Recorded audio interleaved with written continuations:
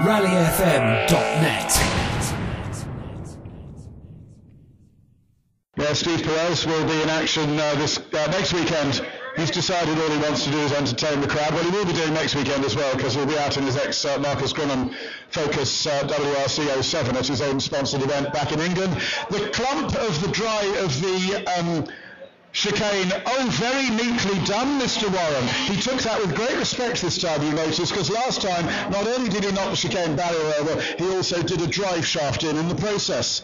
And so that will have cost him a little bit of time on the way towards the end of the stage. And actually, having now said that, let's just have a look and see where Mr. Warren was in the order going through this stage. Yes, he was 54th, not fastest through this stage last time, having damaged his drive shaft. John Powell fighting back in Group N, but still some 35 seconds adrift of Rob Swan, who's in second place in Group N at the moment.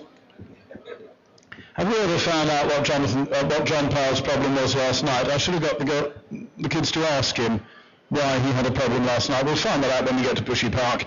Anyway, Martin Stockdale next up. He's 17th. Overall, hasn't changed his overnight position, lying third in Super Modified 11. As we suspected from Mrs. Bradford's own calculations, Phil Collins was indeed still in the running in Super Modified 11, so he's second. Stockdale is third. Mark Hamilton is fourth, but Stillo is leading Super Modified 11. He was 12th quickest overall through here on the last run. Here he is in that big BMW. It's a lot of motor car to get through that chicane using the spectator type barriers up there, but he does it with aplomb. Or a plum, as I have one of those standing behind me. Plum Tyndall from Ireland, good to have him back. Pointing cameras from RPM Productions at... Oh, thank you. Good man.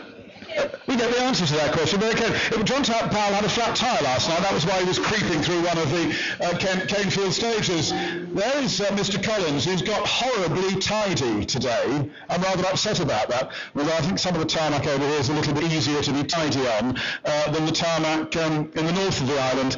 But Phil Collins, good to have a tarmac legend over here in the Mark II competing in this event, and he seems to be enjoying himself so much I fear he may well come back. Group N leader, 11th overall, Jeff Knoll, who was fastest leading Group N overnight from Rob Swan. He was quicker than Rob Swan through both this morning's two stages before the last Malvern, and has extended his advantage up to the end of stage 16 to 4.5 seconds now, from just under 3 seconds, which is what it was overnight. But John Powell is creeping up on them, taking 2 or 3 seconds a stage out of them. This is Rob Swan. He's querying a time from an earlier stage this morning. He thinks he should have been credited with a slightly faster time after 16 stages. He's still 12th overall, but as I say now, about 4.5 seconds or so behind Jeff Knoll, and now 35 ahead of the Trinidad-based Jamaican John Powell.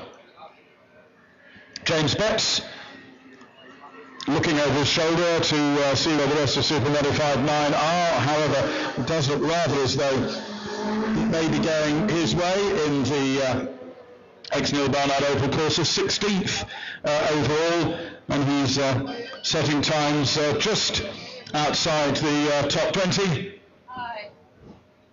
Yeah, okay. I've only got up, well, I haven't, there is 16 around, but I haven't got it. Here come the Watson brothers. They had one or two little minor problems overnight. Alternator, I seem to remember, got mentioned at one point, but they're still going. And Rhett and Logan, who are very much on family ground in this part of the island, with their escort, which has run exceptionally well so far over the weekend. In the top 20, second in Super Modified 10 to the Suzuki Swift. And as I said earlier on, this being Sunday morning, it means that Rhett is at the wheel at the moment. This afternoon, Logan will be driving the car through Kendal. rallyfm.net.